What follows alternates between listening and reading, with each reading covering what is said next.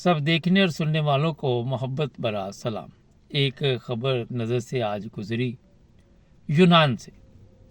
यूनान में एक बहुत ही, आप ये थंबनेल पे जाएं तो आपको वो तस्वीर नज़र भी आएगी। असल में पहले हम इसके अंदर तस्वीर लगा देते थे, मगर वो कॉपीराइट्स के कई इशू आ जाते हैं, टाइम बर्बाद होता है, तो उससे बचने के लिए आप जो बोर्ड लगाते हैं उस पर तस्वीर वगैरह लगा देते हैं।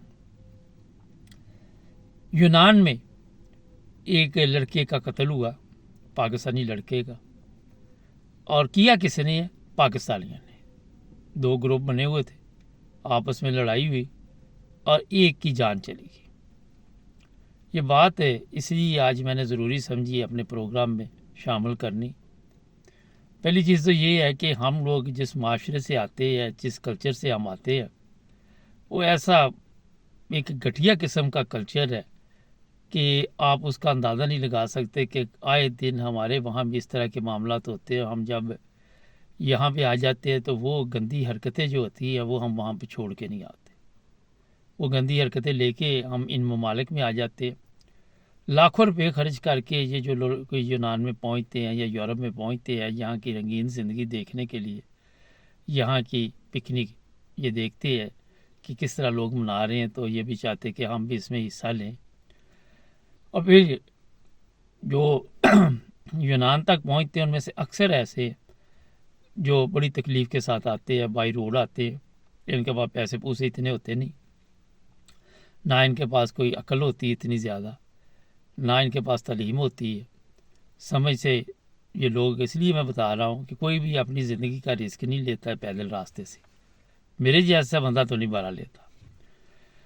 और ये फिर वहाँ पे पहुँचते हैं, वहाँ पे पहुँच के फिर ग्रुप बनाते। वहाँ पे जो ये खबर पहली नहीं आई, इससे पहले भी कई लड़के वहाँ पे कत्ल हुए। मैंने पहले कभी प्रोग्राम नहीं किया। आज उस लड़के की तस्वीर देखकर मैं सोच रहा था कि इसके माँ बाप ने इसको यहाँ पे भेजा होगा या ये खुद आया होगा और यहाँ आके अब इसकी मैयत वापस जाएगी तो उनके ऊपर क्या गुजरेगी। सबसे पहले जो एक चीज़ है वो है कि जब यहाँ पे ग्रुप बन जाते हैं, और उन्हीं इलाकों में ये ग्रुप बने हुए हैं जहाँ फारग लोग हैं, जहाँ पे बिज़ी ज़िंदगी है, मसरूफ़ लोग हैं, अपनी अपनी ज़िंदगी में मस्त हैं, वहाँ पे किसी के पास टाइम ही नहीं कि वो ग्रुप बनाए या किसी ऐसी लोगों के साथ बैठे जिनका तल्लक लड़ाई झगड़े वाले लोगों के साथ होता है। मैंने ये टिकटॉक पे देखा, ऐसे बदबख्त भी उसमें बैठे होते हैं जो माँ बहन की गालियाँ दे रहे, वो लड़ाई करने के लिए पूछ रहे होते आप रहते कहाँ में, हम वहाँ आ जाते। उनमें लोगों में ना सोच, अगर मेरे से पूछे तो दिमाग शमाग वाली चीज़ कोई नहीं होती, विदाउट दिमाग चल रहे होते हैं ये लोग। और सोशल मीडिया पे भी लड़ाई के लिए ये धमकियां दे रहे होते हैं एक दूसरे को। आप ये जाए, उनका काम सारा दिन ये है, क्योंकि जिस माशरे ने हमें ये चीज़ें दी, उन्होंने और तो कोई चीज़ दी नहीं स्वाय भूख अफलास, गाली गलोच, कत्ल मार कटाई, और ना कोई तालीम वहाँ पे दी गई, ना कोई शौर दिया गया, ना कोई समझ दी गई। मगर इन ममालिक में आके भी हम वो चीज़ें नहीं सीख पाते। इन ममालिक में आके भी हमारी हालत वही रहती। ये देखे, ये अभी मैं प्रोग्राम करना, कॉमर्स में कई आ जाएंगे पैदल दिमाग से, वो अपनी कहानी शुरू कर देंगे। कहानी सुन मलाई ला, वो पढ़ते नहीं होते थे।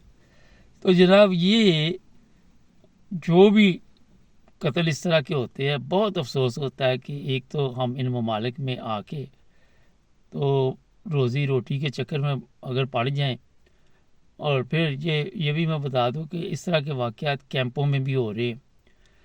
ये भी इतला है कि यूनान में ऐसे कैंप बने हुए हैं जहाँ काफ़ी मकदार में पाकिस्तानी जो है, काफ़ी बड़ी तादाद में, मकदार नहीं तादाद में पाकिस्तानी वहाँ पे उन्होंने जनाब, या दूसरे लोग भी जो है वो इकट्ठे रखे हुए हैं। मुझे याद है जर्मनी में 30-35 साल पहले इसी तरह एक कत्ल हो गया था, मैं उस लड़के को जानता था, और वो भी पाकिस्तानियों ने किया था। और फौरी तौर पे गुस्सा आ जाता है, पीछे से आते हैं डिप्रेशन के मरीज़ है, ज़हनी टेंशन, गुर्बत अफलास वाली ज़िंदगी से निकल के आते हैं, तलीम का नामो निशान दूर तक नहीं, अक्ल मौत नहीं है। आके अब जिनका आपने बच्चा मार दिया उनके ऊपर क्या गुजरी होगी, अगर वो भी लड़ाई में इज़हार हिस्सा ले रहा होगा तो तभी उस पर हमला हुआ। تو اسے بھی کیا ضرورت تھی کہ ایسے لوگوں کی سوسائٹی میں بیٹھنے کی. جب تک آپ اپنے اچھے دوست نہیں تلاش کریں گے، اچھے لوگوں کے ساتھ آپ کا بیٹھنا اٹھنا نہیں ہوگا، اس طرح کے واقعات ہوتے رہیں گے. اب آپ اندازہ لگائیں کہ جتنے لوگ اس گروپ میں جنہوں نے لڑائی کی، سب ظاہر ہے پولیس گرفتار کرے گی، پھر ثبوت ملیں گے، پھر آپ کے کیا خیال ہے کہ ان کو ادھر رہنے دیں گے؟ یہ 18 20 لاکھ اگر بھی نہیں لگا کے آئے، 5-10 بھی لگا کے آئے، تو ان کو پکڑ کے ان کے ممالک میں بھیجیں گے اور ان کے ساتھ اوروں کو کئیوں کو بھی واپس بھیجیں گے. غلطی ایک کرتا ہے، سزا کئیوں کو ملتی ہے. تو جناب جہاں بھی آئیں، میں ہر پروگرام میں کہتا ہوں کہ اپنے اندر حوصلہ، برداشت، صبر، یہ چیزیں جہاں آپ دیکھتے ہیں کہ ماحول اچھا نہیں. میں یہ ٹک ٹاک پہ لائیو بیٹھتا تھا، میں نے دیکھا وہاں پہ کئی بدبخت ہیں، صرف وہ آتے ہیں گالیاں دینے. میں نے بند کر دیا. میں نے کہا یار یہ تو تھرڈ کلاس لوگ ہیں، یہاں پہ آتے ان کے ماں باپ نے ان کو صرف گالیاں سکھائی ہوئی ہیں. تو راستہ تبدیل کر لے. جو سمجھدار بندہ ہوتا ہے وہ اپنا راستہ تبدیل کر لیتا ہے. وہ یہ نہیں کہتا کہ یار گالی نکالے گے تو اس کو بلاک کر دوں گا، یہ کر دوں گا، وہ کر دوں گا. آپ نے خود اپنا راستہ تلاش کرنا. آپ کو پتہ چل جاتا ہے کہ یہ کیسے لوگ ہیں، ان میں سے کیسے میں نے نکلنا ہے، کس طرح میں نے دور رہنا ہے. کسی کے ساتھ بحث نہ کرے فضول.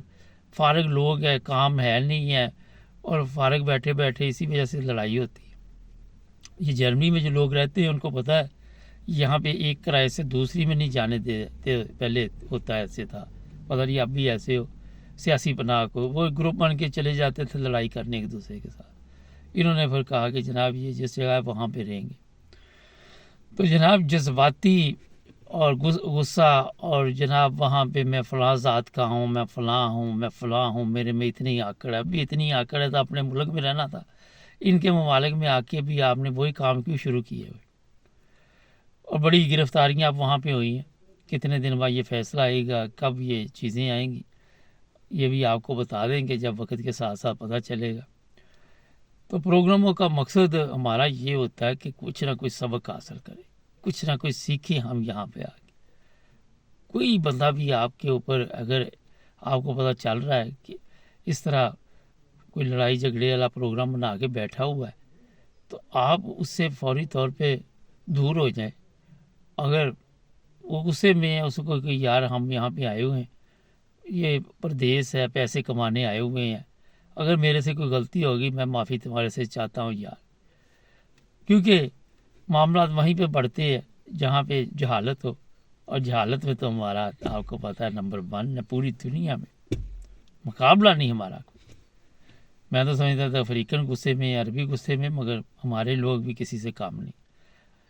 تو جناب اب یہ بھی ایک پرابلم، یہاں سے اس کی میت بھجوانا بھی، اوپر سے پاکستانی سفارت خانہ ان کے پاس جانا بھی ایسے ہی ہے جیسے بس وہ بھینس کے سامنے بین بجانے والی بات ہے. ان کو بھی سمجھ نہیں آتی.